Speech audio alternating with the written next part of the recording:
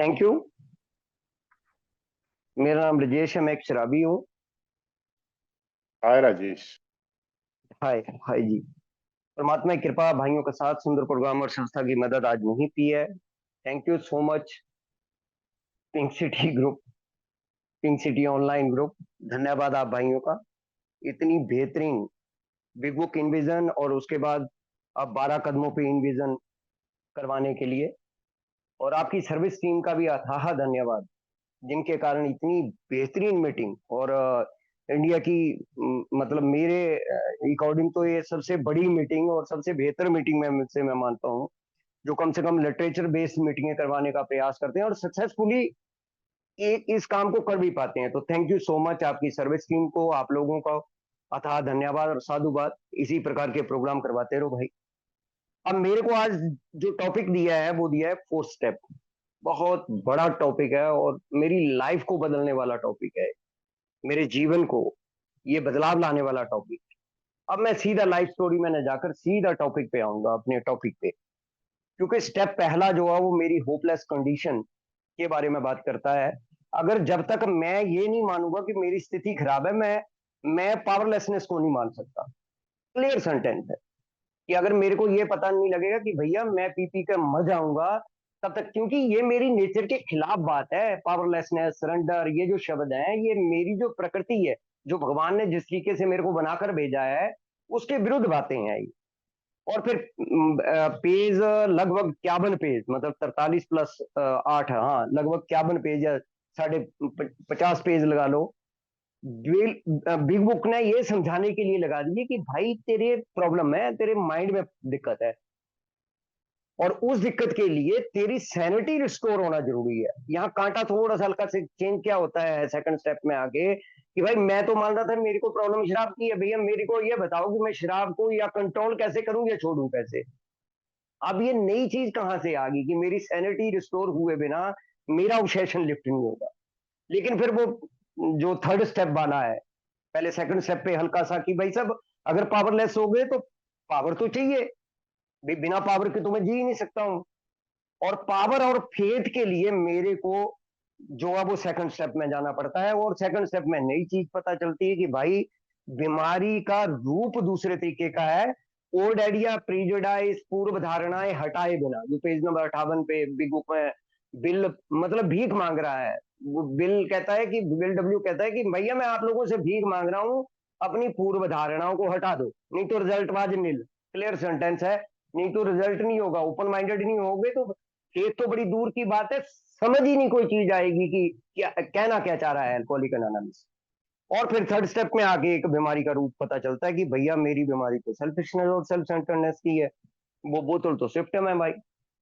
जब तू तेरे हाथ में बोतल नहीं भी थी तभी तेरे ट्रेट में इज्म था, तेरे व्यवहारों में वो चीजें थी जो शराबीपन को दर्शाती थी।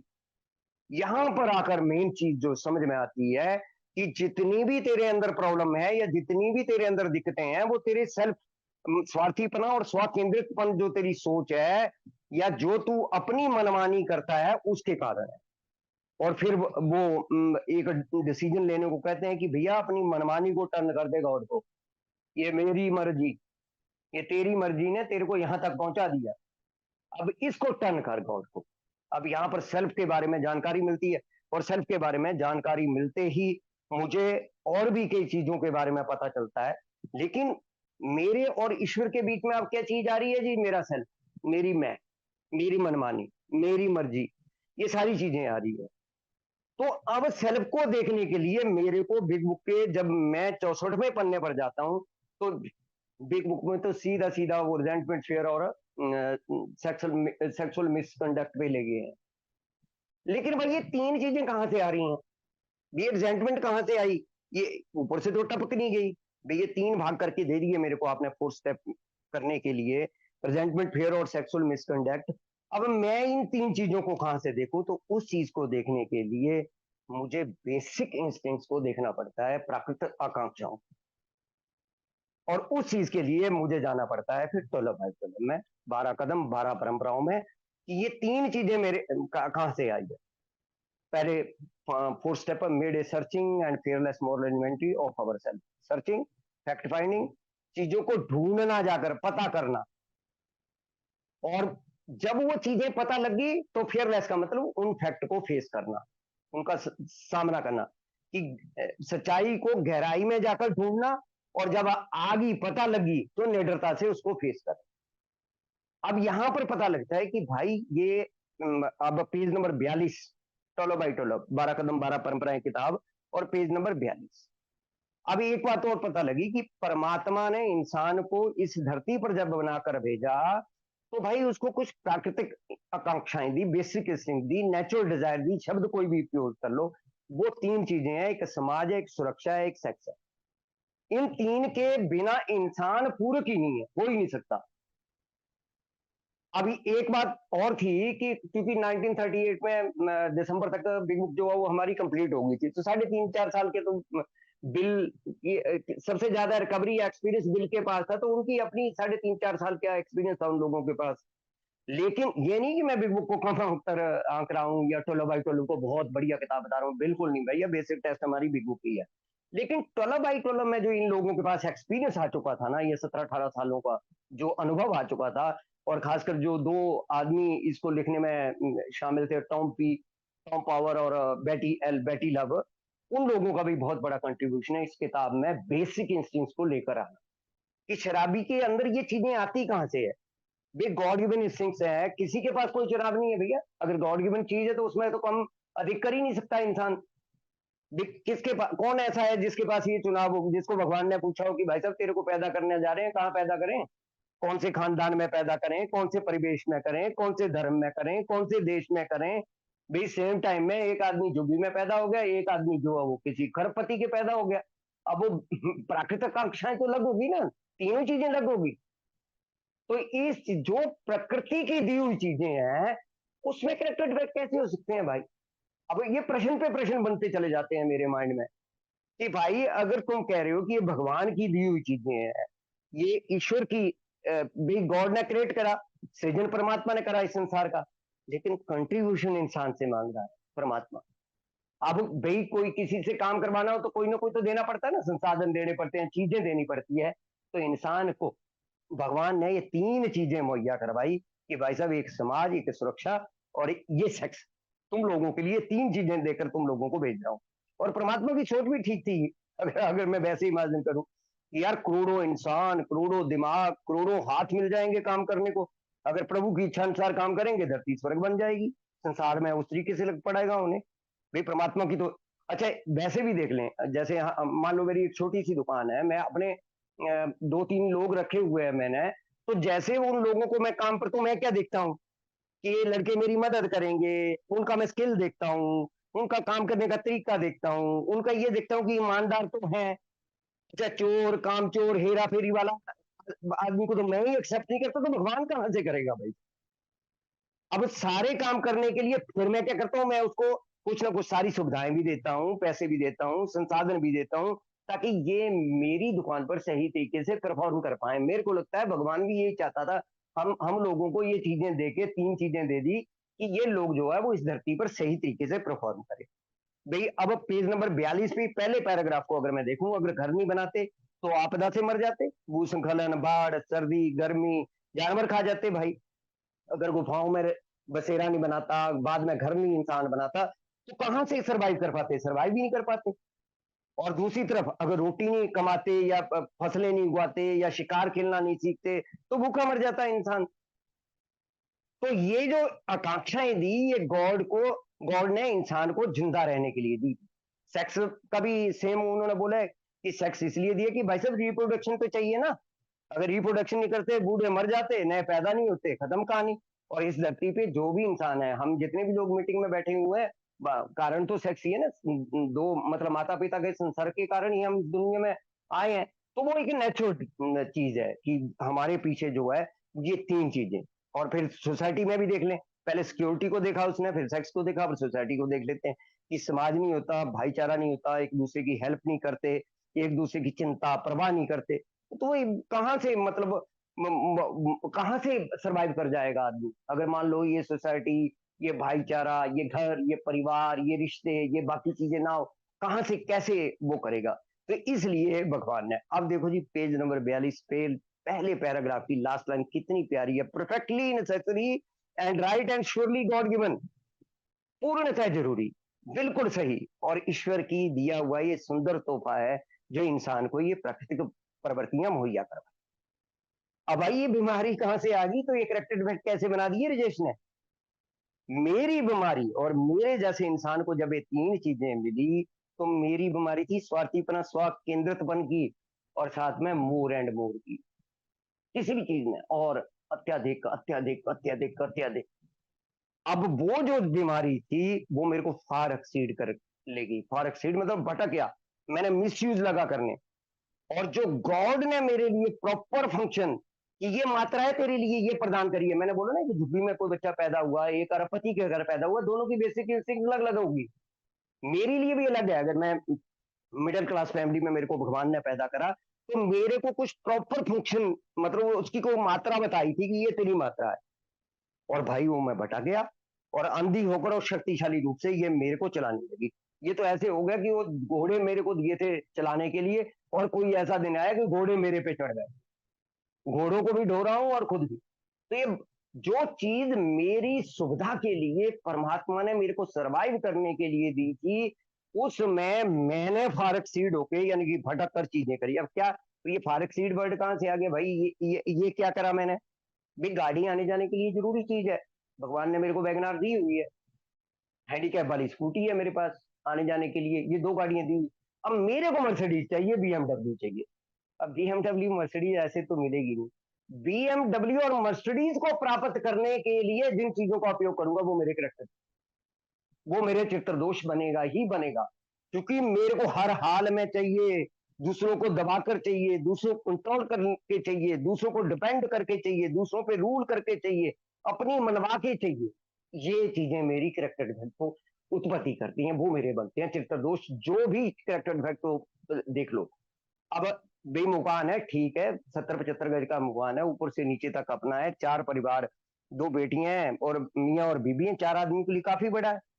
लेकिन अब चाहिए भाई साहब 1000 गज का, या अंबानी का इंटेलिया चाहिए, अब ये चाहिए तो भाई वो तो फिर करना पड़ेगा। ये अगर इंटेलिया चाहिए तो फार फील्ड जाना पड़ेगा मेरे को, जिस भी चीज का उस चीज को प्राप्त करने के लिए मेहनत से, ठीक है, कुछ उन चीजों से, ये मैं अपने बारे में बात कर रहा हूँ जी, ये किसी के बारे में नहीं बात हो रही है कि मैं फारक सीड कहां पर हूँ। भोजन है, घर है, ढाबा है, अब मैं 5 स्टार में रोज जाऊंगा तो वो फारक सीड चाहिए। अच्छा, ये भी हर किसी का अपना है।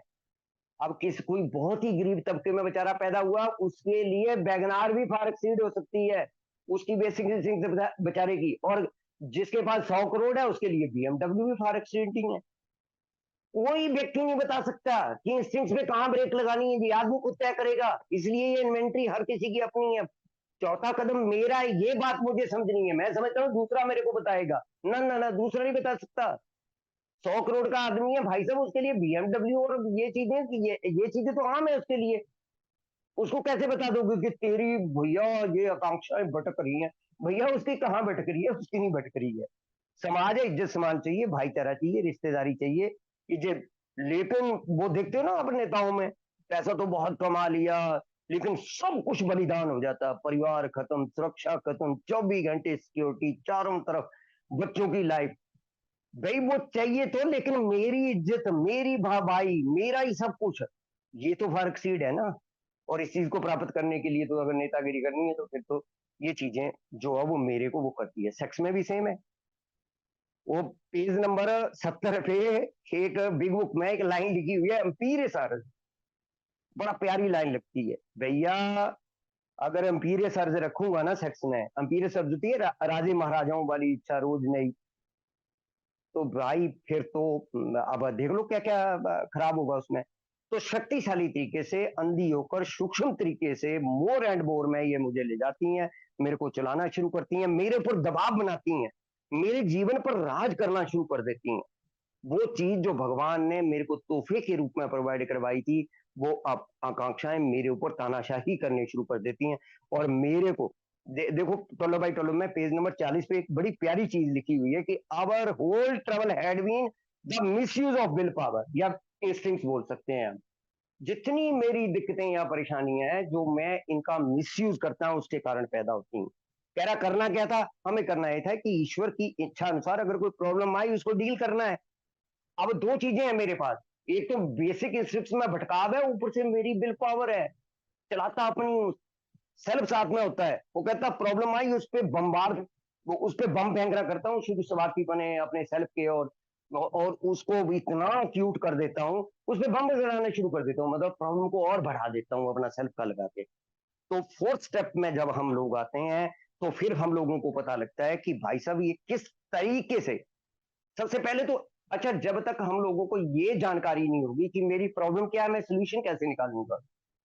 सबसे पहले तो प्रॉब्लम को डिफाइन करना जरूरी है। तो पेज नंबर 12 बाई 12 किताब पेज नंबर 43 पे सेकंड पैराग्राफ में, अच्छा स्टार्टिंग ही इन्होंने थोड़ा, मैं सेक्स पे बोलने से सोच रहा था, बच रहा हूँ, बचना मतलब वो थोड़ा मेरा मतलब वो भी स्वभाव भी इस प्रकार का है, लेकिन आज मैं इसमें संकोच नहीं करूंगा, जो किताब में लिखा उसको बताने में संकोच नहीं करूंगा जी। सेक्स डिजायर में भैया पत्नी के अलावा अगर मैं बाहर जा रहा हूँ दूसरी इंस्टिंक्ट्स प्रभावित तो होंगी होंगी। ये नहीं कि सेक्स डिजायर जब मेरी भटकेगी तो सिर्फ सेक्स डिजायर ही मेरे को डैमेज करेगी ना। सेक्स डिजायर जब मेरी भटकेगी, अगर मान लो वाइफ है मेरी, 1,000 का सूट में कभी भी कोई त्योहार आया मैंने ला के दे दिया, वो ठीक है जी, वो उसका ओके है। लेकिन अगर गर्लफ्रेंड होगी तो भाई साहब 5,000 के नीचे नहीं मानेगी, वो 5,000 का सूट लेगी लेगी। बच्चे वाइफ घूमने के लिए कह रहे हैं, पापा घूमने जाना है, टाइम नहीं है, बिजी हूँ, तुम लोगों को पता ही नहीं चलता पापा पे कितना भार है दुनियादारी का। और कहीं गर्लफ्रेंड का कहीं फोन आ गया या कोई ऐसे जो अफेयर होते हैं ऐसा फोन आ गया, तो भाई साहब टाइम खराब, धंधा खराब, धंधे का नुकसान, और साथ में जो नोट लगेंगे वो तो कोई हिसाब ही। तो ये कैसे हो सकता है कि मेरी सेक्स डिजायर भटकेगी तो पैसा भी जाएगा, टाइम भी जाएगा, काम धंधा भी खराब होगा, फिर ऊपर से डर कहीं पकड़ा ना जाऊं, अगर कहीं किसी ने देख लिया 5-7 हजार 10,000 खर्चा भी करा है और फिर जो सोचा वो नहीं हुआ, तो गिल्ट और सेल्फ पिटी आएंगे, ये करेक्टेड डिफेक्ट पैदा होते हैं। होटल में कहीं पकड़े गए तो इज्जत पे 4 चांद लग जाएंगे भाई साहब, वो मुंह पे तौलिया डला नहीं और रिश्तेदारों ने फोन खोले ली। मान लो किसी की रिश्तेदारी में है कि अरे इतना भला बनता था भाई साहब, वो देखो, अरे देखा भाभी जी इधर से उधर जो फोन पे बातें लगेगी उन्हें, वो देखो लग रहे हैं भाई साहब की तरह, उनको पता है ये, लेकिन बताएंगे नहीं। तो उस प्रकार से जो इज्जत को 4 चांद लगेंगे ना, फिर कोई पता नहीं। तो प्रभाव देखो कितना डैमेज कर सकता है, कितना बड़ा। हम देखते हैं कि 30 साल पहले किसी के खानदान में कोई लड़की, किसी ने भाई वो प्रेम विवाह कर लिया तो गलत काम थोड़ी है, बढ़िया वेल सेटल लड़के से किसी ने कोई लव मैरिज कर ली होगी तो गलत थोड़ी करा उसने। लेकिन वो भैया भतीजियों की शादियां करनी भतीजों की भारी पड़ जाती हैं, लोग बोलते हैं और लल्ला रही इस खानदान में मत करना, इनकी लड़कियां तो भाग के शादी करती हैं। कितना डैमेज कितने सालों तक चलता रहता है। ये फारूक सीड का है नतीजा। सुरक्षा में देख लो कोबरा बनकर बैठे हैं जी, पैसे के ऊपर खर्चना ना खर्चने देना, करोड़ों की जायदाद है, खुद वो टूटी चप्पल और वो 2 जोड़ी कपड़े बसों में धक्के खा के जीवन काट रहे हैं और पैसा जोड़ रहे हैं। दादा ने यही करा, पापा ने यही करा, बेटा ये करा, पीढ़ी दर पीढ़ी पैसा शिफ्ट हो रहा है, बच्चों को खर्चने नहीं दे रहे वो पैसा। अच्छा देखो, वो भी क्या औलाद, जिस औलाद के लिए हम इतना पैसा इकट्ठा कर रहे हैं, वो औलाद भगवान से कह रही है भगवान बुड्ढे को उठा ले प्लीज, इसको उठाएगा नहीं तो हमारे घर में शांति नहीं आएगी। कोबरा बन के बैठ गया भाई उसके ऊपर, ना खर्चने देना। लेकिन ये सिंस कैसे प्रभावित होती है, उसी उसी बाबा को बुड्ढा बोला गया मुंह से, उसी बाबा के गले में कोई भी 35 रुपए का पटका डालो, किसी धार्मिक आयोजन में बुलाओ, 11,000 की पर्ची कटवा लो, और बच्चा 10 दिनों से कह रहा पापा कश्मीर घूमने जाना, कॉलेज टूर जा रहा है, 5,000 रुपया लगेगा दे दो। तो बच्चे के लिए प्रवचन, अरे बेटा तेरे पापा 10 रुपए देते थे इस उम्र में, तुम ये ले 500 रुपया, अब 500 रुपए में भाई, 500 रुपए में, ये इस तरीके की बातें चलती हैं। ये बेसिक इंस्टिंक्ट्स के टकराव बता रहा हूँ कहां से होते हैं। जो दादाजी तेरी उम्र में देते थे 50 रुपए, मैं 500 दे रहा हूँ, और जब तुम आने लगे खूब मौज करिए भैया, मैं तो नहीं देता। अब 1 घंटे से बच्चे को प्रवचन दे रहे हैं, बच्चा अंदर अंदर सोच रहा है, अपनी इंस्टिंक्ट्स खराब करी बच्चे की कर दी। बच्चा सोच रहा है इससे अच्छा रात को पापा सो जाते, हल्की सी चाबी उठाता इसकी जेब से निकाल लेता तो बढ़िया होता। या फिर वो दिमाग में बच्चा दिमाग लगा रहा कि कहाँ पर हम तो शराबी हैं, हमने करे हुए हैं ये काम ना, मैं सॉरी हम बोल दिया, मैं तो शराबी हूँ, मैंने ये काम करे हुए हैं, माँ से के वहां से उठा ले, वो कौन से गिने हुए होते हैं पैसे, कहीं से भी निकाल लिए। तो बच्चा ये सोच रहा होता है यार मांगूंगा नहीं आज के बाद, पैसे चुराऊंगा, दुकान के गल्ले पे जिस दिन बैठा दिया ना हल्के से खिसका लूंगा, अपनी तो करी खराब, मैंने बच्चों की इंस्टिंक्ट भी खराब कर। इमोशनल सिक्योरिटी की इंस्टिंक्ट कैसे खराब हुई। अब ऐसे कंजूस आदमी जो है वो रिश्तेदार, दोस्त, बच्चे, समाज जो है वो कटने लगता है। भाई पीढ़ी पीढ़ी दर पीढ़ी पैसा तो तुम कर रहे हो शिफ्ट, लेकिन अच्छा वो पैसा कभी गवर्नमेंट के हाथ, कभी कोई स्कैमर, या क्या होगा भगवान जाने उसका क्या होगा। फिर तीसरी चीज पेज नंबर 43 पे इन्होंने इमोशनल सिक्योरिटी के बारे में बोला।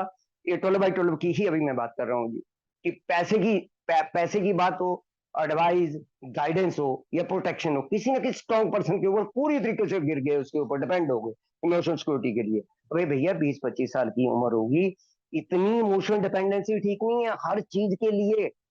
शादी होगी, मदर को पूछ रहे हो, बीबी को कौन से गारमेंट ला के देने हैं, वो जो अब बीबी शर्मा के बता रही है कि ये वाले साइज भाई, तुम अपने माँ बाप से पूछ रहे हो इस तरीके से। तो ऐसा जब मैं काम लगूंगा करने, तो मैं नंबर एक जिम्मेदारी नहीं उठा पाते, नंबर दो खुद खुद कभी खुद अपने काम धंधे या दूसरे स्रोत नहीं पैदा कर पाते, नंबर तीन उम्र बढ़ रही है, बचपना नहीं जाता। और पेज नंबर 43 12/12 में डिपेंड और कंट्रोल, ये दो चीजें जब इकट्ठी हो जाती हैं ना, तो ये दोनों ही चीजें मेरे को बहुत बड़ा डैमेज करती हैं।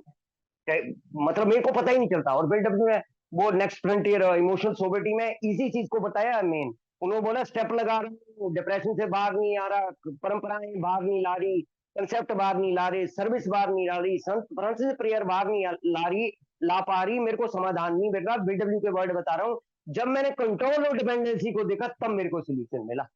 कंट्रोल और डिपेंडेंसी इतने खतरनाक दुश्मन है मेरे मेरे जैसे एयर कॉलिंग। चौथी आ गई सोसाइटी पावर मैड।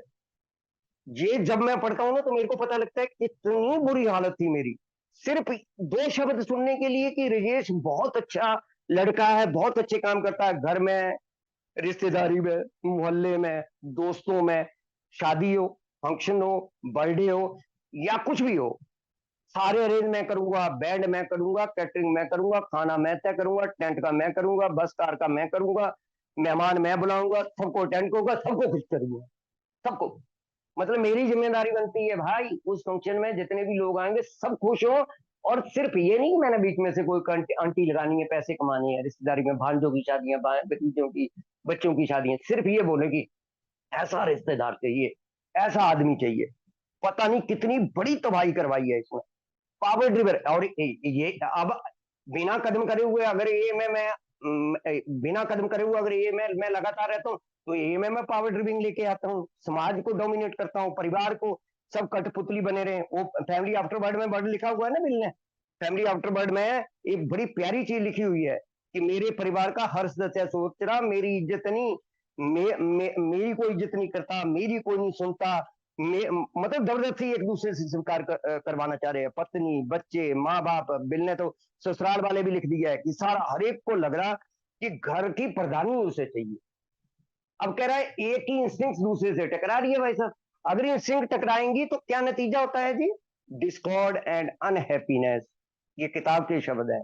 कला, क्लेश, नाखुशी। घर become battle ground of instincts, there can be no peace. ये युद्ध क्षेत्र बन जाता है, युद्ध स्थली। बच्चे की भी है भैया इंस्टिंक्ट, तेरी थोड़ी है। तो टकरा रही है भाई साहब, टकराती रहे। मैं उसको झुकाने पे लगा हूँ, वो मुझे झुकाने पे लगा हुआ है। करके देख लो, कोई कुछ नहीं कर सकता उसमें। नेतागिरी में देख लो, जेल चला गया, बीवी बच्चे को सीएम बना दिया, 24 घंटे। मतलब कहां से कहां बर्बाद कर सकती है, छोटे से छोटे, हल्के से देख के बड़े देख लो आप। परिवार का रिलेशन खराब, टाइम नहीं है, पत्नी से सालों से, मतलब महीनों से संबंध नहीं है, एक डिस्टर्ब होगी तो दूसरी इंस्टिंक्ट जो है वो प्रभावित होगी ही होगी। अच्छा, हर आदमी को आप बोलते सुन सकते हो, मेरे चाचा प्रॉपर्टी खा गए, भाई खा गए, माँ बाप ने हिस्सा नहीं दिया, दादा ने पापा को पूरा हिस्सा नहीं दिया, ऑफिस में एम्प्लॉय दूसरे को वर्चस्व की लड़ाई लड़ रहा होता है, एक दूसरे की चुगलियां, एक दुकानदारी में अपने एक दूसरे से कॉम्पिटिटर, और कॉम्पिटिटर एक दूसरे को मरवा रहे हैं, बच्चे ने माँ बाप को मरवा दिया, इस प्रकार की चीजें, ये सारे का सारा क्या चीज है जी? ये इंस्टिंक्ट्स का ही टकराव है और कुछ नहीं है। ये सारे का सारा इंस्टिंक्ट्स का टकराव है, और ये छोटे से परिवार से लेकर देशों तक चल रहा है। रूस यूक्रेन का देख लो, 3-4 साल हो गए लगे रहो जी। और इसराइल इसका देख, ईरान का। मतलब ये नहीं है कि ये छोटे से लेकर बड़ा नहीं होता, ये कहीं भी बड़ी बड़ी कॉन्फ्रेंस टेबल से लेके और हमारे घरों में चार आदमियों के बीच में होने वाली बातें इंस्टिंक्ट्स का टकराव हैं। ये सारी की सारी। अभी एक भाई मेरे को बात बता रहा था, उनके किसी परिवार में वो कह रहे ये पड़ोस में शादी थी और वो सुबह सुबह दामाद को उन्होंने फॉर्च्यूनर दी दहेज में, वो निकाल रहा था दामाद, और पड़ोस की गाड़ी में टच होगी गाड़ी। उन्होंने भी पड़ोसी में ने भी नई गाड़ी दी थी, और दामाद उतरा और उसने पड़ोसी से बोला कि अंकल मैं ये पड़ोस में अभी ये विदाई हो रही है, ये पड़ोस में मैं मतलब आज ही शादी हुई है, मैं मेरा काम भी गाड़ियों का है, मैं लड़के भेजूंगा दिन में, ये ठीक करवा के बिल्कुल ओके कर देंगे। और वो भाई साहब मान ही रहे, 45-50 साल की, 45-47 साल की उनकी एज थी, और वो गालियां पे गालियां दिए जा रहे और कह रहे तुझे देखी है तेरे बाप ने कभी गाड़ियां, ये तो तेरे को दहेज में मिली है। और फिर वो हल्का सा कांपे, पसीना आया, वहीं गिर गए भाई साहब, वो मर गए, बंदा मर गया। अब कैसे आदमी मान सकता है कि मेरे प्राण शरीर में है? मेरे प्राण तो भाई साहब गाड़ी के बम्पर में है। नहीं तो प्रेम करके देख लो बम्पर से, गाड़ी से, स्क्रैच से। अगर मान लो बम्पर में डेंट आने से मेरा प्राण निकल जाए, तो क्या मानोगे मेरे प्राण मेरे शरीर में है या बम्पर में है? तो ये सारे का सारा परिणाम जो है, वो सारे का सारा उसी चीज का परिणाम है। तो इनसे, इन चीजों से मेरे को, अब मेरे को ये चीजें मैंने डिस्कस करने के बाद अब मैं सीधा बिग बुक पे आऊंगा जी। बिग बुक पे सीधा पेज नंबर 64। पेज नंबर 64 में जो पहला, जहां से इन्होंने वो कमर्शियल इन्वेंट्री की बात करी हुई है, वो जो, अब मैं अपनी एक दुकानदारी का एग्जांपल दूंगा आपको। हुआ क्या कि मेरा मोटर बाइक का काम था जी, और 90 में मेरे को एक अच्छे भाई साहब मिल गए। उन्होंने बोला, उन दिनों निशान गाड़ियां चलती थी, दिल्ली में निशान गाड़ी चलती थी, तो उन्होंने बोला यार टाटा में मेरी बड़ी अच्छी जान पहचान है। मैंने उनको बोला यार क्राउन पिनियन नहीं मिलते भाई साहब। तो उन्होंने बोला चलो कोई बात नहीं, मैं तेरे को 20 क्राउन पिनियन दिला दूंगा। और उन्होंने रेट भी कम करवा दिया, और उन्होंने दिला दिए जी। और 3,000 रुपए का शायद था उस टाइम, और 60,000 रुपए उस टाइम बहुत बड़ा अमाउंट था मेरे जैसे आदमी के लिए, जो नया स्टैंड हो रहा था। फिर उसने उधार भी दिला दिया, बाकी चीजें भी। अब 93 में गवर्नमेंट ने एकदम वो बंद कर दी गाड़ियां, टोटल वो गाड़ियां बंद हो गई। अब वो 5 करोड़ पीने बिके थे, और वो मतलब 45,000 रुपए का माल मेरे पास होल्ड हो गया, स्टॉक हो गया। भाई 15 करोड़ पीने बच गए, 45,000 का माल स्टॉक हो गया। अब 95 से अब मैं क्या करता था, मैं रात को पैक डाल लेता था, और मैं सबसे बोलता था कि मेरे जैसा बादशाह कौन आदमी है भाई साहब, 45,000 का माल स्टॉक करे हुए 2 लाख का बेचूंगा। दिल्ली में बंद हुई ना गाड़ियां, हरियाणा बेचूंगा, यूपी बेचूंगा, हिमाचल बेचूंगा, पंजाब बेचूंगा, वहां बेचूंगा जाके, नोट कमाऊंगा। तुम लोगों को नहीं पता, लाखों कमाऊंगा। अब फैक्ट फाइंडिंग, अबे पता तो कर लो स्टेट में गाड़ियां चल रही है नहीं। फैक्ट फेसिंग की तो बाद में बात आएगी। और भाई वो क्राउन ओपिनियन मैंने 2010 में 1,500 रुपए पर पीस के हिसाब से कुआड़ियों को उठाए। अब मैं डैमेज बता रहा हूँ, डैमेज क्या हुआ। 8,000 रुपए की किराए की दुकान, मतलब कि दुकान तो मैंने बाद में अपनी ले ली थी, वो दुकानें खरीद ली थी मैंने। लेकिन 4,000, मतलब 8,000 की दुकान की आधी दुकान भरी पड़ी थी उस क्राउन ओपिनियन से। मतलब 4,000 रुपया लगाओ, 48,000 रुपया साल का तो मैं किराया पे कर रहा था। अगर 20 साल का देखो तो 10 लाख रुपए के लगभग तो मैंने उस जमीन का, जहां वो रखा हुआ था क्राउन ओपिनियन, वो किराया दे दिया। तो बढ़िया क्या होता कि अगर उस टाइम 1,000 रुपए का भी मैं क्वाड में बेच देता, या कहीं भी वो बिक जाने थे आराम से, मायापुरी में या कहीं भी बिक जाने थे आराम से। ये होता है। और कितने प्यारे सेंटेंस यहाँ पर लिखे हैं बिल ने। One object is to disclose, page number 64, पहले पैराग्राफ की बीच की लाइन है, one object to disclose damage और unsaleable good, get rid of them properly and without regret, बिना पश्चाताप के तुरंत काट भैया, वो बेच दे जैसे भी बिक रहे हैं। If the owner of the business is successful, he cannot fool himself about the value. अंग्रेजी मेरी आगे पीछे होगी अब, क्योंकि जल्दी से करना है जी, वो स्टेप बड़ा है, और मैं सोच रहा हूँ कवर हो जाए पूरा। मेन चीज देखो किस तरीके से वो कह रहा है कि जल्दी से छुटकारा पा ले, उसको काट। अगर सफल होना है, अगर सफल व्यापारी बनना है, बिना रिग्रेट के उसको काट दे। अब मैंने वो 2010 में आकर बेचा, कितना बड़ा लॉस। तो मेरे को ये में आकर पता चला कि मैं व्यापारी क्यों नहीं बन पाया, मैं एक सफल व्यापारी। मेरे साथ के लोग, मतलब इतने इतने इतने, मतलब मैं वो गिनती नहीं करवा सकता आपको कितनी बिंदियां लगी हैं उनके, उनकी मतलब पैसे के पीछे। और मैं कि ये चोर है, ये ठग है, ये, मतलब मेरे पास तो ब्लेम करने के लिए शब्द चाहिए होते हैं ना, हम नहीं करते। अब यहां से क्या निकला जी, पहला वर्ड निकालते हैं हम, सोसाइटी। अब सोसाइटी में जब मेरा इस प्रकार का आचरण था, तो सोसाइटी में वर्ड निकल के आया मेरे पास रिजेंटमेंट, क्योंकि मैंने सही तरीके से नहीं करा। इससे नीचे वाली लाइन में पूरा तो मैं नहीं पढ़ पाऊंगा।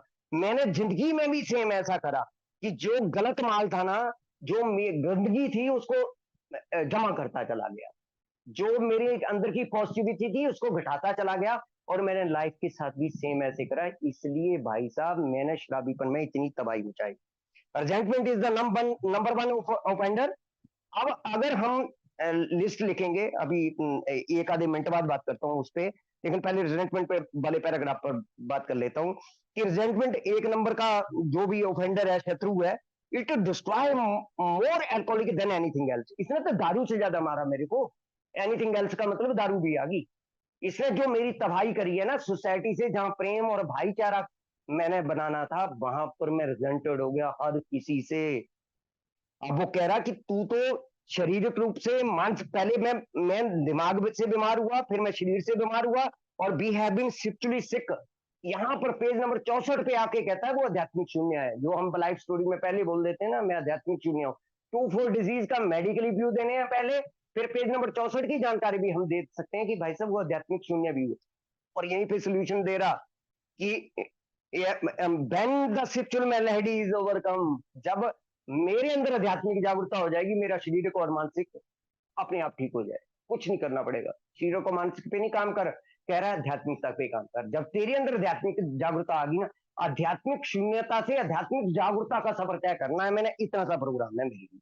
लेकिन वैसे नहीं होगा। Be listed people institution and principle, ये सॉरी ये लाइन भूल गया मैं। In dealing with resentment we set मैं ऑन पेपर। भैया मुंह से बोल के नहीं रिजेंटमेंट जाएगी, पेपर पे उतारनी पड़ेगी। रजिस्टर उठाओ, कॉपी उठाओ और लिखना शुरू कर दो। और लिखने से पहले एक काम करना है, हमने ये जो अगले के 2 पैराग्राफ है, इसमें ढूंढ कर अपने 7 अफेक्ट निकालने हैं कि जब मैं लोगों से, संस्थाओं से या सिद्धांतों से जब मैं रिजेंटेड हुआ, एंग्री हुआ, गुस्सा हुआ, खुन्नस में आया, तो किस प्रकार से मैं, मेरे ऊपर क्या प्रभाव पड़ा, तो प्रभाव निकाल लेना है।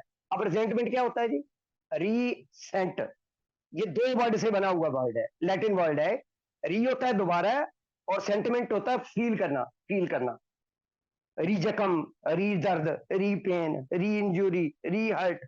मतलब मैं तब तक उस चीज को कुरेदता हूं जब तक वो नासूर नहीं बन जाती है, और यही रीसेंटमेंट है।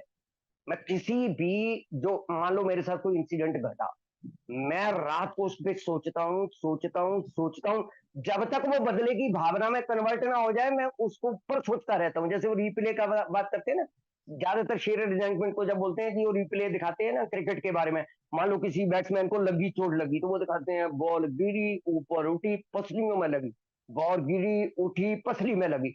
अब देखने वाले को लगता है पद भाई इसकी तो पसली टूट गई। देखने वाले को पेन महसूस होना शुरू होता है। रिफील, फिर रिफील, फिर रिफील, फिर रिफील।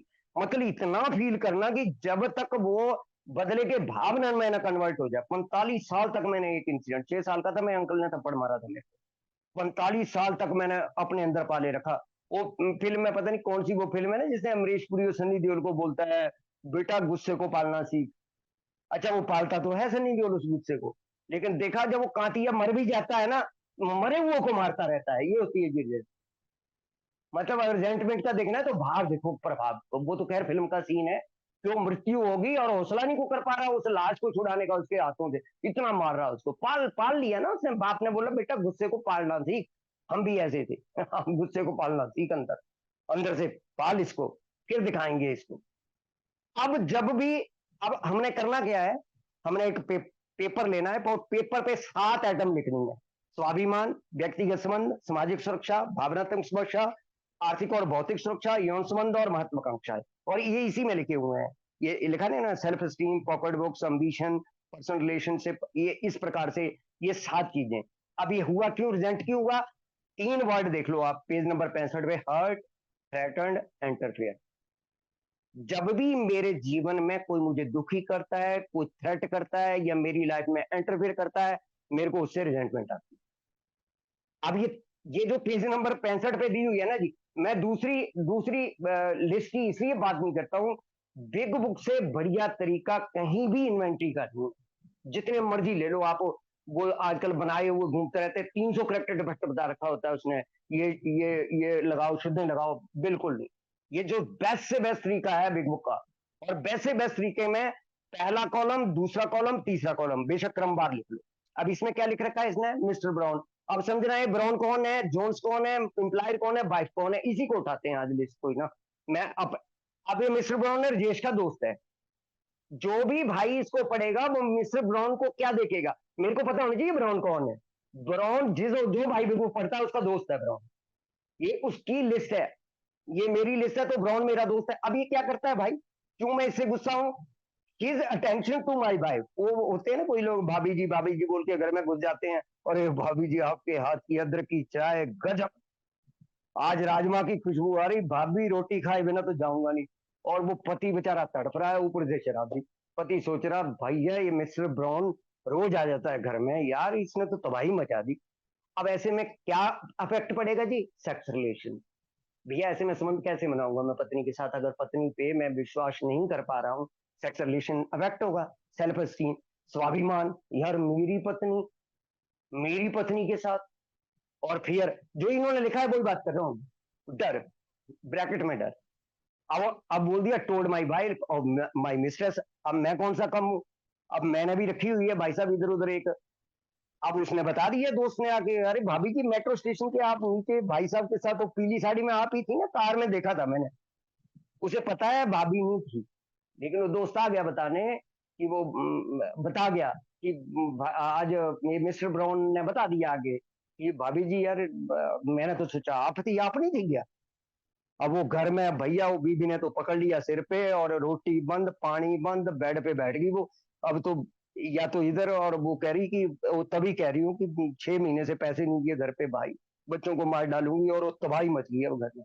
अब इसमें कहा वो कह रहा सेक्स रिलेशन, सेल्फ एस्टीम और फियर, ये प्रभावित होगा भाई साहब। ब्राउन में गेट माई, तीसरा कारण उसने लिखा, मेरी नौकरी हत्या जाएगा ब्राउन। अब नौकरी हत्या जाएगा तो भाई उसमें भी देख लो।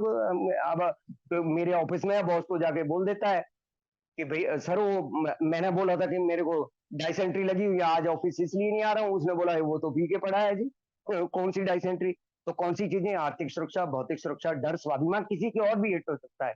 ये जो 7 चीजें लिख के मैं इसलिए कह रहा हूँ कि जिस रजिस्टर पर लिखना है ना उसके नीचे कागज रखना है, ये 7 चीजें लिख के, फिर वो आपको समझ आ जाएगी। एक दो चीजें आप लिखोगे तो तुरंत समझ जाओगे। अब मिसिस जॉन कौन है, मेरे दूसरे दोस्त की पत्नी है। She is nut, she is nagged, she committed her husband for his drinking. अब वो कठोर है, अपमान करती है, उसने अपने पति को उठा के रिहाब में डाल दिया, इसलिए मेरे को उस पर गुस्सा है, इसलिए मेरे को उस पर रिजेंटमेंट है। नंबर 2, जो दूसरा नाम इसने लिखा हुआ है, तो क्या व्यक्तिगत संबंध खराब हो रहे हैं दोस्तों के बीच में, स्वाभिमान पे ठेस पहुंच रही है जब वो औरत अपमान कर रही है, डर आ रहा है। अब he is my friend, she is gossip, जिस दोस्त को उसने रिहाब में डाला मेरा दोस्त था, और वो गॉसिप करती है। तो व्यक्ति संबंध, स्वाभिमान, डर, और भी चीजें हम देख सकते हैं। मेरी महत्वाकांक्षाएं भी हिट हो सकती हैं इसमें, अगर मेरी लिस्ट हो तो। या अगर मेरी लिस्ट हो ये, तो मेरा मालिक जिसके मैं नौकरी करता हूँ अनरिजनेबल है, अनजस्ट है, ओवरबेयरिंग है, threaten to fire me drinking and padding my expenses, वो पकड़ लेता है भैया वो मेरे को हेरा फेरी करते हुए, इस प्रकार का मेरा मालिक है। तो अब यहाँ देख लो जी, मेरी सेल्फ एस्टीम, मेरी सिक्योरिटी जो प्रभावित हो। मेरी पत्नी, अच्छा पत्नी और मालिक की सबसे खुंदक होती है, पत्नी और मालिक हर एक लिस्ट में 2 आदमी आते हैं। हालांकि कई लोग बोलते हैं जी हमारे नहीं है, लेकिन मेरे को लगता है ऐसा कि वाइफ भी आती है, मुझे समझती नहीं है ये, मतलब ब्राउन को लाइक करती है, दूसरे आदमी को लाइक करती है, उसके नाम घर ना करवा देगी। तो सारे के सारे जो है वो मेरे, जो चीजें जो है वो हिट होती हैं मेरे ऊपर, ये चीजों का प्रभाव है। अब सीधा जाऊंगा भाई, अब इस लिस्ट को लिखने का क्या फायदा हुआ, इसने तो मेरा को और गुस्से में डाल दिया। तुम लोग कह रहे हो ब्रजेश का गुस्सा ठंडा करोगे, मेरा तो और गुस्सा बढ़ता जा रहा है इन चीजों को देख के। अब इस लिस्ट का कोई बढ़िया प्रभाव नहीं पड़ेगा जब तक पेज नंबर 67 पे referring to our list again. अब मैंने देखना है क्या फायदा होने वाला है इन चीजों से, तेरे कौन सी ऐसे चरित्र दोष है जिनके कारण भाई ये चीजें हो रही हैं। वो जो करेक्टेड व्यक्ति हम बात करते हैं, काम, क्रोध, मोह, लोभ, अहंकार, पेटूपन, आलस, ईर्ष्या, जलन, बेईमानी, कौन सी ऐसी चीजें हैं जिनके कारण, अच्छा ब्राउन क्यों आ रहा भाई घर में, मेरे लालच के कारण, 2 पैग लगवा देता था, बाकी चीजें। तो क्या लिखना है मैंने, माई पार्ट, वो खाली रखना है कॉलम, मतलब 4.1 ब्रैकेट में रिजेंटमेंट, साथ में समाज लिख दिया मैंने, लिस्ट बनाई, लास्ट वाला कॉलम मैंने खाली छोड़ा था, उस कॉलम को जब तक मैं नहीं भरूंगा, और उस कॉलम पे ही चौथे से नौवां कदम होना है। ये अफेक्ट है, ये प्रभाव, एक कारण है, इन पे कांटा मार दो, ये क्या फर्क पड़ेगा उनको? उनके बारे में जितना मर्जी क्रोधता रहो। ब्राउन की इन्वेंट्री लेने का क्या फायदा होगा? बाइक की इन्वेंट्री लेने का क्या फायदा होगा? जोन्स की इन्वेंट्री लेने का कोई फायदा, किसी की इन्वेंट्री ले, मेरी अपनी इन्वेंट्री लेने का मुझे फायदा मिलने वाला है। जब मैंने देखा कि मेरे लालच के कारण ब्राउन आता है, तो मैंने माई पार्ट में लिखा लालच, आलस। फिर निकल के आया कि दूसरे सारे काम ही ब्राउन से करवाता हूँ, आलसी हूँ, खुद जाता नहीं बैंक। और बेईमानी भी हो सकती है कि पैसे उधार ले लिए ब्राउन से और उसे पैसे नहीं लौटाता हूँ, इसलिए अगला घर में बार बार चक्कर मारता है। तो जब देखा तो मेरे कारण ब्राउन आना शुरू हुआ घर में, तब ब्राउन से रिजेंटमेंट कम हुई कि भाई ब्राउन की तो गलती नहीं है, गलत तो तू है। ये तीन काम, इन तीन चीजों पर, तीन तीन करेक्टर बैठ के काम कर ले, ब्राउन आना बंद हो जाएगा, बात खत्म हो जाएगी। दूसरे में, अरे भाई उसने, औरत ने रिहाब में डाल दिया तेरा दोस्त, वो पीता रहता मर जाता, वो अच्छा कर रहा, आभार है उस औरत का, तो रिजेंटमेंट की जगह आभार निकलना शुरू हो जाता है। जिस आदमी से मैं खुन्नस खा रहा हूं, उसके लिए आभार आ गया मन में, और ये इसने तो मेरे दोस्त का जीवन बचा दिया। तीसरे में बेईमानी, हेरा फेरी कर रहा हूँ, उस जा नहीं रहा हूँ, पी के पड़ा रहता हूँ, और फिर मालिक पे गुस्सा कर रहा हूँ, यार मालिक की तो गलती नहीं है, तेरे जैसे शराबी को मालिक घेर रहा है, कम में है। तेरा लालच, तेरी बेईमानी, तेरे डर, तेरा अहंकार, तू बोला ऐसा ना, मारे को तेरे जैसे 50 रखे हैं जेब में, रख अपनी नौकरी, ऐसी तैसी तेरी नौकरी की, ये बोला आया था। तो ये सारे, तेरा अहंकार, तेरा गुस्सा, तेरे डर, तेरा कौन कौन से करेक्टर डिफेक्ट में काम करा, तो मालिक की तो गलती नहीं है, ऐसे मालिक का आभार करके उठेगा। जब माई पार्ट निकालेगा ना आदमी, आभार करके उठेगा। इसलिए बोलते हैं कि रिजेंटमेंट की लिस्ट लिखने करने के बाद जब माई पार्ट हम बनाते हैं ना, तो बहुत कम रिजेंटमेंट रह जाती है बाकी। फिर चौथे पे आ गया कि वो बचा दिया भैया पत्नी ने, आभार है उसका, 1.5 साल तक मेरे साथ जाती रही। अबे तू बदतमीज, तू गाली देता, पिटाई करता, झगड़े कर रहा, बाकी चीजें कर रहा, तेरे जैसे शराबी को झेल दिया, आभार है। फिर तो उठ के आदमी का दिल करता है कि भाई ऐसी औरत के तो चरण छू दे जिसने जीवन बचा दिया गुरु। अब रिजेंटमेंट कहाँ रहेगी?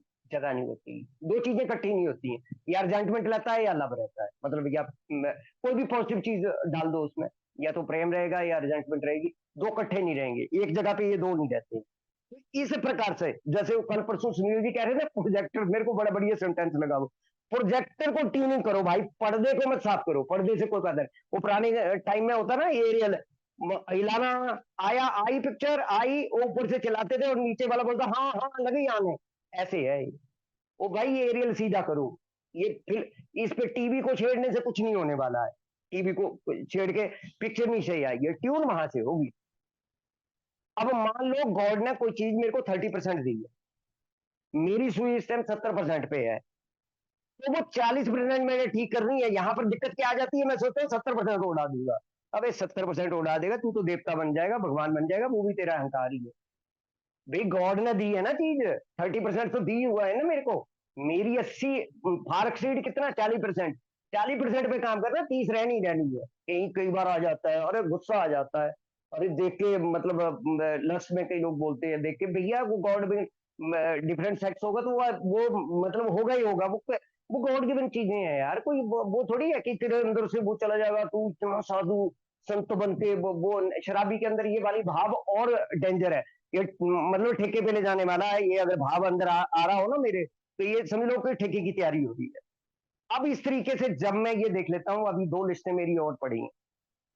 अब ये मैंने देख लिया, हालांकि पेज नंबर 67 पे एक चीज कह रहा है, यार रिटेलिएट आर्गूमेंट बंद कर दो, जो भी है जिस भी तरीके से होता है। और पेज नंबर 67 पे एक कोर्स है, ये मैं जरूर बोलूंगा, ये कोर्स जरूर करना है जी सब ने, मैंने भी करना है, आप लोगों ने भी करना है। क्या कोर्स है? Visualise that the people who wrong with us were perhaps suitably sick। जिनकी रिजेंटमेंट लिस्ट बनाने के बाद भी नहीं जा रही है, तो उनके लिए एक प्रार्थना है कि यार वो बीमार है भाई, हालांकि उसके लक्षण, उसके काम करने के तरीके राजेश को पसंद नहीं आ रहे हैं, वो डिस्टर्ब हो रहा है राजेश, लेकिन भैया वो भी बीमार है ना। कैसे बीमार है? दिल like our self were sick too. मेरे मन में भ्रम ना हो जाए मैं बीमार हूं, जैसा मैं बीमार हूं वैसा मेरी तरह बीमार है। We ask God to help to show them the same thought. हे भगवान मेरे को सबर, दया, पेशेंस, टॉलरेंस दिखा, मैं कर सकूं, मैं कैसे हेल्प कर सकता हूँ इस आदमी की? ये एक बीमार आदमी है। God save me from being angry, भगवान बचाए मेरे को यार गुस्सा होने से। Thy will be done. इस प्रकार की प्रार्थना मेरे पूरे जीवन काम आने वाली है। जहां गुस्सा नहीं भी जाता है वहां पर गुस्सा ले जाने वाली है। मेरे अंदर पैदा करना, मैं नहीं उसको बदल सकता परमात्मा। मेरे अंदर पेशेंस, टॉलरेंस, लव, अंडरस्टैंडिंग ऐसी चीजें मेरे अंदर लेके आ। अब आ जाते हैं जी फियर पे। देखो टाइम सुई जो है वो एकदम फियर फियर पे आ जाते हैं जी। पेज नंबर 67, ये कहां से निकल के आया? सिक्योरिटी से, सुरक्षा से। सुरक्षा से क्या निकला जी? डर। 24 घंटे डर।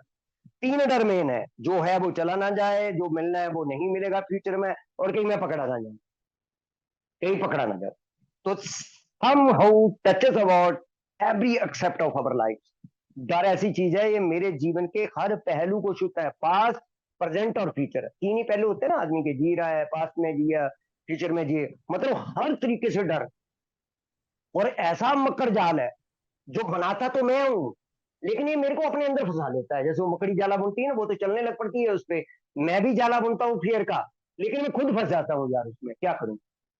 और फिर वो जो ये ब्राउटा मिस फॉर्चून से ऊपर वाले ना, ये मोशन ट्रेन का बनाता है इस कर्म संस्था। फिर मेरे को लगता है परिस्थितियां विपरीत है, भगवान मेरे अच्छे काम नहीं कर रहा। 24 घंटे डर, 24 घंटे डर। लेकिन मजेदार बात यह है, इस किताब को लिखने के जो मजेदार बात बता रहा हूँ, ये कितने पेज हैं? ये एक, दो, कैसे जाने? तीन, ये कैसे जाने? ये 2.5 पेज हैं जी। सॉरी राजेश भाई, वो इंटरप्शन आ गया था। और एक बात मैं आपसे जरूर बोलना चाहूंगा कि आपके पास समय है।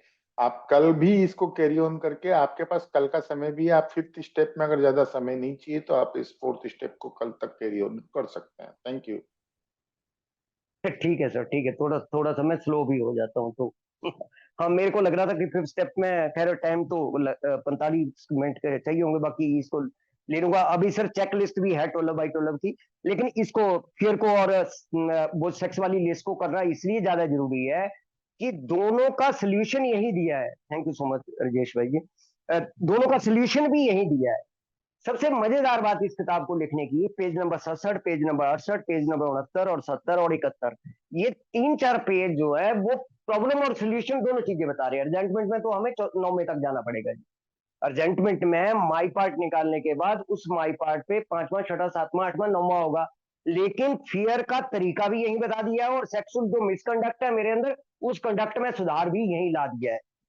अब यहां पर एक चीज, पेज नंबर 68 पे ऊपर वाली लाइन, फिर और to be class with stealing, चोरों जैसी क्लास होती है। डर कैसे होता है? जैसे चोर होता है ना, हर टाइम फटी हुई, भाई साहब पकड़ा ना जाऊं, आ ना जाए, ये ना हो जाए, वो ना हो जाए। तो रिव्यू कह रहा, be review our fear thoroughly, we put them on paper. अगर फियर भी, डर भी ऐसे नहीं निकलेंगे पेपर पे उतारे, इसकी भी लिस्ट बनेगी। और लिस्ट के अगर सीधा सीधा भी लिख लोगे ना, इन दो पैरों को एक दूसरे के साथ लिख लोगे, तो भी काम हो जाएगा। भी आज का बट साहब, भाई भी हैड देम। हमने अपने आप से पूछा, क्यों डरो, क्यों डर रहा भाई? Wasn't it because self reliance failed अस? इसलिए ये जो तू छाती पे हाथ मारता था, तेरे को बड़ा सेल्फ कॉन्फिडेंस था, अबे कर दूंगा, दिखा दूंगा, तेरे से हुआ नहीं, इसलिए डरे, डरो में है क्या? कह रहा सेल्फ रिलायंस बहुत अच्छी चीज है, लेकिन पूरी उम्र इस पे नहीं जिया जाएगा। Some of us once had great self-confidence, but it didn't fully solve the fear problem। हम में से लगभग सारे शराबियों के अंदर बहुत सेल्फ कॉन्फिडेंस होता है, लेकिन अपने जीवन में जाकर देखो कि क्या फियर, क्या कोई सेल्फ कॉन्फिडेंस से तुम्हारी प्रॉब्लम ठीक हुई? नहीं हुई, कोई प्रॉब्लम ठीक नहीं हुई। कह रहा when it made us cocky. ये कॉकी क्या पोजीशन होती है जी? कॉकी पोजीशन होती है, बाहर से कह रहा हूं आज आप बाहर दिखाता हूं, अंदर से फटी पड़ी है, अंदर से पसीने आ रहे हैं और बाहर से गालियां निकल रही हैं। तू जानता नहीं, मर्द के बच्चे से पाला पड़ा है तेरा, और अंदर से कहीं आ गया यार, कहीं दिक्कत ना हो जाए। उसे कॉकी पोजीशन बोलते हैं, एल्कोहलिक की पोजीशन है कॉकी पोजीशन। बाहर से भयंकर और अंदर से दबाव। अब देखो जी, अब ये है, कितनी भी चर्चा कर लो, चाहिए तो हम लोगों को सोल्यूशन है। ये 2 पैराग्राफ सोल्यूशन है फियर का। बहुत से प्रश्न करते हैं भैया, fair far be are now on different basis. अब हम एक नए बेसिस पर हैं, नया आधार है। कौन सा आधार है जी? Third step. कौन सा आधार है? थर्ड स्टेप का। The base is be trusting and relying upon God. Base कौन सा है? उस प्रभु पे, उस परम पिता परमात्मा पे रिलाय करना और पूरे तरीके से उस पर निर्भर होना, उस पर ट्रस्ट करना और उस पर अपनी निर्भरता दिखाना। We trust in finite God rather than our finite self. अभी तू है क्या चीज है? गॉड इनफाइनाइट है। और ये सेम सेंटेंस अपनी प्रॉब्लम को बताने हैं कि अभी प्रॉब्लम तेरी औकात क्या है, मेरे प्रभु का देख कितना वजूद है। दिखा एक बार, दर्शन करवा अपनी प्रॉब्लम को, अपने परमात्मा के दर्शन करवा कि तेरा तू है क्या चीज है। वो कह रहा तू भी क्या चीज है, मेरे को भी कह रहा और मेरी प्रॉब्लम को भी कह रहा कि यार वो परमात्मा अनंत है भाई, ट्रस्ट कर उस पे। We are we are the word to play the role he assign. वो जो परमात्मा ने तेरे को रोल देकर भेजा है ना, उस पे कर। क्या रोल था जी वो? बेटा, नौकर और एक्टर बन के रहे भैया, सारे सारे काम हो जाएंगे तेरे। या फिर इस धरती पर मेरे जो रोल है, भाई पति आया ना बन के। अच्छे सेंटेंस भी हमारे समाज में ऐसे इस्तेमाल होते हैं ना, मालिक। वो पति को क्या कहते हैं? मालिक। पति परमेश्वर। अब मैं यही सोच लेता हूँ कि मैं परमेश्वर हूँ भाई साहब, मैं छोटा मोटा आदमी थोड़ी हूँ। अब जब मैं इस प्रकार की भूमिका में आऊंगा, अबे भैया सिंपल है, पति है उसका, भगवान मत बन उसका। वो मालिक मूलिक तो बातें, वो पुरानी बातें हैं। मालिक और पति परमेश्वर और दूसरे, और पत्नी को भी चाहिए कि वो मां ना बने। अगर वो पत्नी के रोल में है तो पत्नी भी अपना रोल पत्नी का निभाए, वो मां ना बने। बच्चे भी, बच्चों का भगवान नहीं हो भाई, पिता हो। तो जितने भी रोल मेरे को परमात्मा ने असाइन करे हुए ना, उन पे उनको, उन रोलों को निभाना सीखो। अब ये दो लाइनें और 4 बार गॉड शब्द है। Just to extent that we do we think he would have us and humbly rely on him does he enable us to match calamity with serenity. कह रहा कि एक बार करके तो देख, परमात्मा भी छोड़ के तो देख। अच्छा, ये भी एक दूसरे के अनुपूरक है दोनों चीजें। जितना फियर होगा मेरे अंदर ना, उतना फेथ कम होगा। जैसे जैसे फेथ बढ़ेगा ना, फिर फियर कम होता चला जाएगा। अब कोई बोले जी कि 70% फेयर है तो 30% फेथ है। अगर 70% फेथ है तो 30% फेयर है। एक एक दूसरे के। तो सीधे सीधे उसने बोल दिया कि भाई तू एक बार राय कर उसके अंदर। वो तो तेरे साथ ऐसे करने को, मतलब तेरे, तू करके तो देख, हम्बली एक बार लाई तो कर उस पे। वो तेरे को किस चीज के काबिल बना देगा? Enable to match calamity with serenity. जब भी कोई समस्या, दिक्कत आएगी, आपदा आएगी ना, तो सेरेनिटी के साथ उसका सामना करने की तेरी तैयारी। और फिर इससे, इसके नीचे से पैराग्राफ में कह रहा, paradoxically it is the way of certain the verdict as of faith mean कर्ज। भैया विरोधाभास को समझो, ये वीकनेस नहीं है। डिपेंड होना गॉड के ऊपर कमजोर नहीं है, ये ताकत की निशानी है। और फेथ का मतलब हिम्मत होती है। और हर आदमी के पास होता है। We they trust their God. वो अपने भगवान पे कर रहे हैं, we never apologise for God. और इसके लिए शर्माने की जरूरत नहीं होती। कई लोग बोलते हैं ना, घर वाले देख रहे होते हैं, घुटनों के बल क्यों जा रहा। Instead of we let him demonstrate through अस।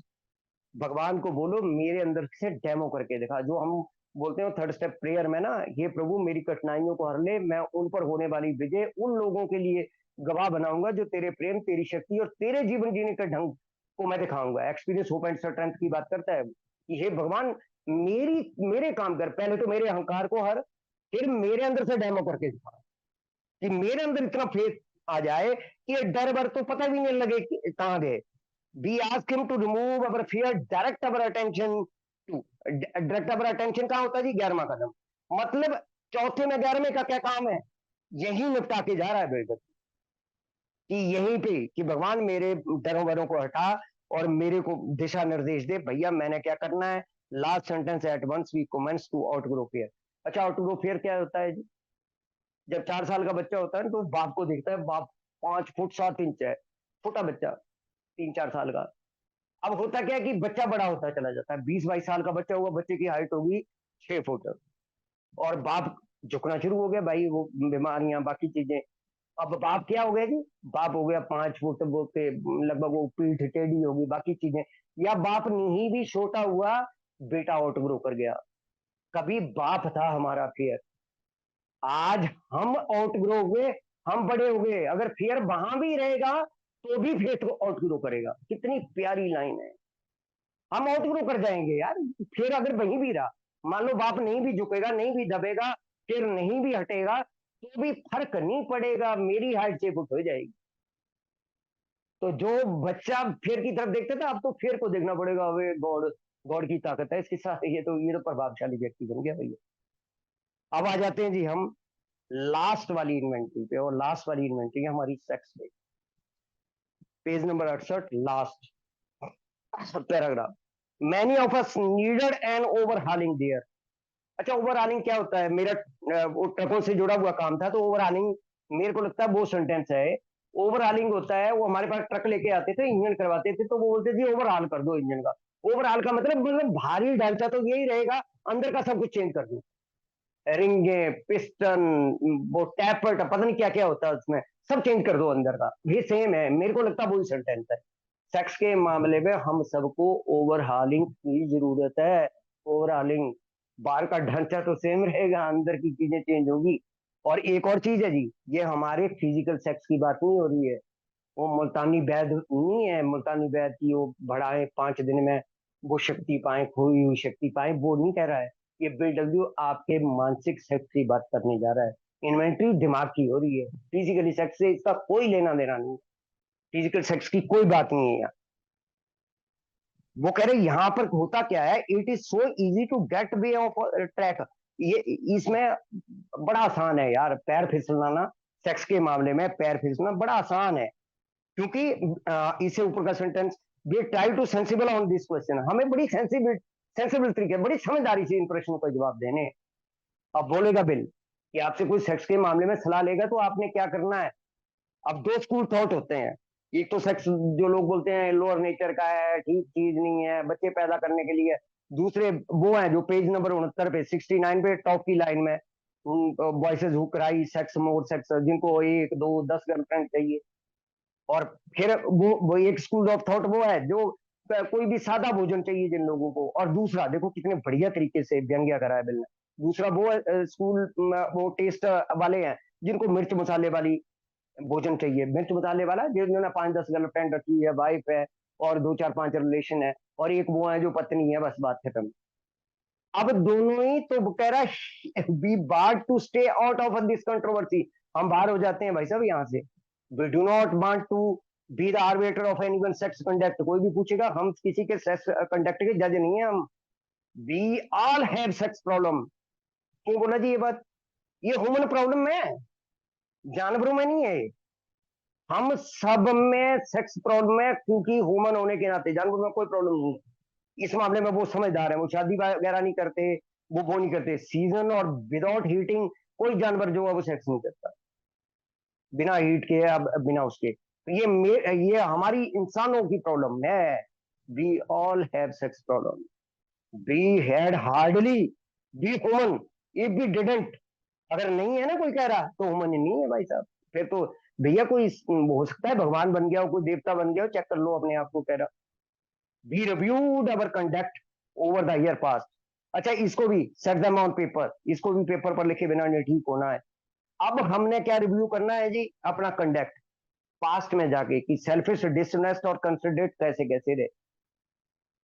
वो राजेश जी, मैंने आज पूछा नहीं कितने तक लेके जाऊं प्लीज। वो कहाँ तक लेके जाऊं, नहीं तो फिर कल का भी है तो। आपके पास आज और कल का समय है, अभी आप 10-15 मिनट और ले सकते हैं, उसके बाद कल कंटिन्यू कर लीजिएगा। ठीक है सर, ठीक ठीक। Thank you ji, thank you. हाँ, ये सही रहेगा कि 10 मिनट और मिल जाएंगे इसमें तो।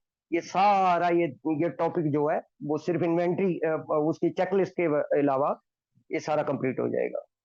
अब हमें रिव्यू क्या करना है? अपने कंडक्ट को देखना है पास्ट में जाके, जो मैंने आचरण करा है। वेयर हैड बीन सेल्फिश और डिसनेस्ट एंड कंसिडर्ड। कहाँ भाई सेल्फिश हुए थे? चाहिए चाहिए।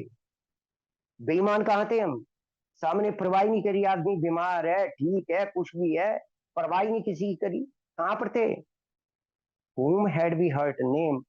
किसको किस किस को हर्ट करा इसमें? कह रहा अपना तो होता है, इसमें हम दूसरे के अंदर भी करेक्टर डिफेक्ट क्यों पैदा करते हैं? Did we unjustifiably arouse jealous suspicion and bitterness. Sex में सामने वाले में घृणा, संदेह, कड़वाहट पैदा कर देते हैं। अब 3 चीजों से देखना है। What should we have done instead, या प्रश्न पूछ रहा मेरे से, इसकी बजाय क्या कर सकता था? कर सकता था भाई साहब प्रेम, दया, सब्र, कर सकता था। जहाँ सेल्फिश था, सेक्स के मामले में बेईमान था, परवाह नहीं करता था, वहां सब्र दिखा सकता था, दया दिखा सकता था, प्रेम कर सकता था, बाकी चीजें कर सकता था। अब बिग बुक तो हटेगी ना बीच में से कि भैया तू एक गर्लफ्रेंड रख, तू चार रख, तू एक के साथ, तू चार के साथ, हम कोई जज नहीं है। लेकिन हम लोगों को क्लियरेंस तो यहाँ भी चाहिए ना। ज्यादातर लैप्सेस जो केसेस में सुनता हूँ, ये कारण भी निकल कर आता है, बोलेगा वो। अब ये कह रहा है कि सेन साउंड आइडल बना ले फ्यूचर सेक्स लाइफ। अब तक तो जो होना था हो गया, अब तो अगली जो लाइफ बितानी है उसमें एक बुद्धिमता से एक आइडल तो बना ले, और हर रिलेशन को, सेक्स रिलेशन को टेस्ट पे डाल, सेल्फिश और नॉट, इस स्वार्थीपने में तो कर रहा है या नहीं। We ask God to mould our ideal and help us to live above them. ये भगवान, मैं अब प्रैक्टिस करूंगा ना सेक्स में, मतलब आइडल पर, तो उस पर चलने की, मेरे को मोल्ड कर दिया परमात्मा, मेरे बस का नहीं है इस। We remember always that our sex problem were God given. हमें हमेशा याद रखना है ये शक्ति प्रभु की दी हुई चीज है। जो चीज यार नई लाइफ दे देती हो, नए जीव को धरती पर ले आती है, तो कितनी पवित्र चीज होगी वो। ये भगवान की, and therefore good neither to be use lightly और सेल्फिशली। ये यार हल्कापन से करने की या स्वार्थीपने में करने की चीज नहीं है। नॉर बी डिस्पाइस्ड एंड लोथर्ड, कोई घृणा तिरस्कार वाली चीज नहीं है कोई, ये गंदा काम नहीं है। ये तो भाई गॉड गिवन में गंद, गंद कहां से आ गया? गंद तो यहाँ है, इसकी खोपड़ी में है। इसकी ओवरहालिंग करवाओ, और ये इसकी इसकी खोपड़ी की ओवरहालिंग कर दो, वहां गंदगी है भाई, यहाँ नहीं है गंदगी। ये तो बड़ी पवित्र चीज है। We must be willing to grow toward it. आगे चलना है, we must be willing to make amend. अच्छा देखो, बहुत सी बातें हैं कि यहाँ पर 4 स्टेप की इन्वेंटरी लिखी जा रही भैया, यहाँ 8 में, 9 में, 10 में, 11 में सारे कदमों की बात क्यों कर रहा है? यही यही निपटाने को कह रहा है यहीं पे। हालांकि 9 में उसने बोला कुछ अमेंड सेक्स पे बच जाएगा तो ऐसे करना है, नहीं तो बीच में इस प्रकार का कोई नहीं है। तो इसका मतलब वो चाह रहा कि यहीं पे ठीक कर लिया जाए इसको। कह रहा हम जहां भी कोई गलती हुई है उसको ठीक करना है, लेकिन 9वें कदम का ध्यान रखना है यार, दूसरे को हार्म ना हो जाए, इसमें बड़ा विशेष ध्यान रखना है। क्योंकि स्टार्टिंग में हमारे पास एडी आर का एग्जांपल है, उसकी वाइफ ने उसको आके बता दिया था मेरी शादी से पहले रिलेशन थे, वो सोबर ही नहीं हुआ, 1950 तक सोबर ही नहीं हुआ। मैं शराबी झेल नहीं पाता इस तरीके से। और हमें पता नहीं क्यों लगता है कि दूसरे कैसे झेल जाएंगे। मतलब हमें लगता है अगर हमें, मतलब रिव्यू नहीं करते हम इस सेंटेंस पे ना, रिव्यू नहीं करते, हमें तो सब कुछ चाहिए सामने वाले आदमी के अंदर। तो वो कह रहा है in meditation we ask God, भैया ध्यान और प्रार्थना के माध्यम से हम भगवान को कह रहे हैं, but we should do about each specific matter, कि भगवान इसमें कोई भी दिक्कत या परेशानी आती है तो मुझे क्या करूं, मुझे बता। The right answer will come if we want it. अगर तू चाहता है तो विशिष्ट आंसर तेरे को विशिष्ट समस्या में मिल जाएगा। माई पार्ट पे ध्यान रखना। गॉड अलोन कैन जज अवर सेक्स सिचुएशन। भगवान अकेला जज है। काउंसल विद, यहां एक बार इसने बोला पर्सन इज ऑफन डिजायरेबल। भाई यहाँ स्पॉन्सर से बात करना एक डिजायरेबल है, ठीक है बात करनी, लेकिन but we let God be the final जज। लेकिन फाइनल जज जेड़ा है गॉड है, फाइनल जज कोई नहीं है। फाइनल जजमेंट वहां भी नहीं लेनी है, यहाँ नहीं लेनी है किसी की। We realise that some people, अच्छा ये बता रहा है कि कुछ लोग बहुत कट्टर होते हैं, कुछ लोगों में बहुत अति होती है इस चीज की, कुछ लोग इसे उन्मादी टाइप से ले लेते हैं, मतलब वो दिमाग में उनके इस प्रकार की दिक्कत होती है। लेकिन यहाँ पर बोल रहा, जो लोग बोलते हैं ना कि सेक्स के कारण उनका मतलब लैप्स हुआ, सपोज वी फॉल शॉर्ट की chosen ideal and stumble, page number 70, पहला पैराग्राफ। मान लो कभी गलती हो भी गई, पैर फिसल गया, ठोकर लग गई, कहीं गलती से ये वाला काम हो गया, does this mean we are going to get drink? इसका मतलब तू पीने चला जाएगा, टेके चला जाएगा? सम पीपल टेल अस, कह रहा है ऐसा लोग बोलते हैं, हमें बताते हैं आकर कि सेक्स में मेरा रिलैप्स हुआ। कह रहा गलत बोलते हैं, झूठ बोलते हैं। It depend on us and on our motive. ये कई बार देखो गलती हो सकती है, इंसान है, लेकिन मोटिव तो होता है ना बंदे का, कि मोटिव क्या था भाई साहब। और अगर गलती होगी, हो भी गई, if we are sorry for what we have done, अगर सॉरी करता हूं कि भाई साहब जो चीज होगी, और I have the honest desire to let God take to better thing, और साथ में मैं भगवान से चाह रहा हूँ कि अब आगे से इस प्रकार की गलती मेरे से ना हो, प्रभु मुझे बताता रहे। We believe we will be forgiven and will have the learn our lesson. और विश्वास करते हैं कि परमात्मा हर तरीके से मुझे माफ करेगा, और हर तरीके से मुझे लेसन, गलती हो गई भैया सॉरी मांग लो, अंदर से एहसास करो गलती हुई है, व्यवहारों में परिवर्तन लाओ और अपना लेसन लर्न करके आगे बढ़ो। लेकिन ये वी आर नॉट सॉरी, अरे हो गया भाई। स्पॉन्सर ने बोला शराब छोड़नी है, बाकी जो मर्जी मजे ले, 99 सुख ले। ये डायलॉग सुनते हैं हम मीटिंग में, 99 सुख कर स्पॉन्सर, नाम स्पॉन्सर कर लेते हैं। स्पॉन्सर ने बोला 99 सुख ले, एक शराब नहीं पीनी, तूने लट गाड़। और ये लठ नहीं गड़ेगा, लठ नहीं गड़ेगा, लट लुट तो उगड़ जाएगा, शराब भी पता नहीं कब दिमाग फिसल गया। अगर लठ गाड़ने वाला होता तो इतनी जोर नहीं लगाती किताबें। ये we are not sorry and our conduct continue to harm other, और लगातार व्यवहार भी, लगातार लोगों को गलती कर रहा हूँ माफ कर दो जी, फिर गलती कर रहा हूँ फिर माफ कर दो जी, कंटिन्यू उसी कंडक्ट पे, मतलब लगातार बुरा करता जा रहा हूँ। We are quite sure to drink, तैयारी कर ले भैया, दारू पिएगा ही तो पिएगा। हम थ्योरी नहीं बता रहे हैं, हम अपने एक्सपीरियंस से बात कर रहे हैं। अब देखो जी, अगर तंग करता है सेक्स तो उसका सिर्फ, अब ये 4 लाइनों के बाद समाप्ति है। We earnestly pray for the right idol.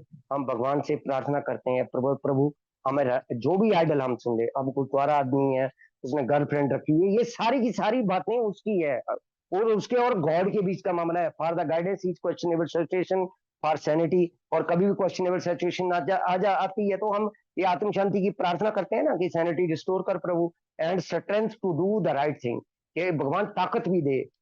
मैं तो राइट चीजें कर भी नहीं पाता हूँ, और फिर भी अगर if the sex is very troublesome, और बहुत ही दिक्कत है, बहुत ही परेशानी है किसी को सेक्स की, we throw our self the harder into the helping.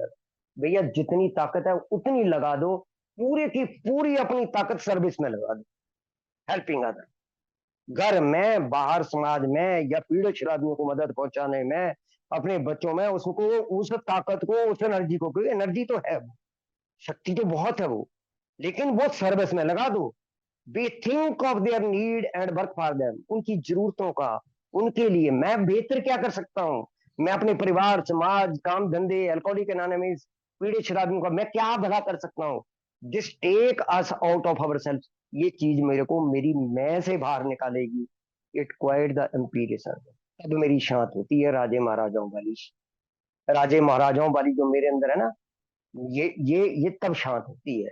when it to yield would make headache, नहीं तो ये अगर शांत नहीं हुई ना, तो बहुत जैसी दर्द पीड़ाएं चिंता, अपनी नहीं, डैमेज एरिया बहुत है इस कंडक्ट में, डैमेज एरिया बहुत है। मैं, मेरा परिवार, गर्लफ्रेंड का परिवार, उसका ससुराल, पता नहीं कितना बड़ा एरिया है।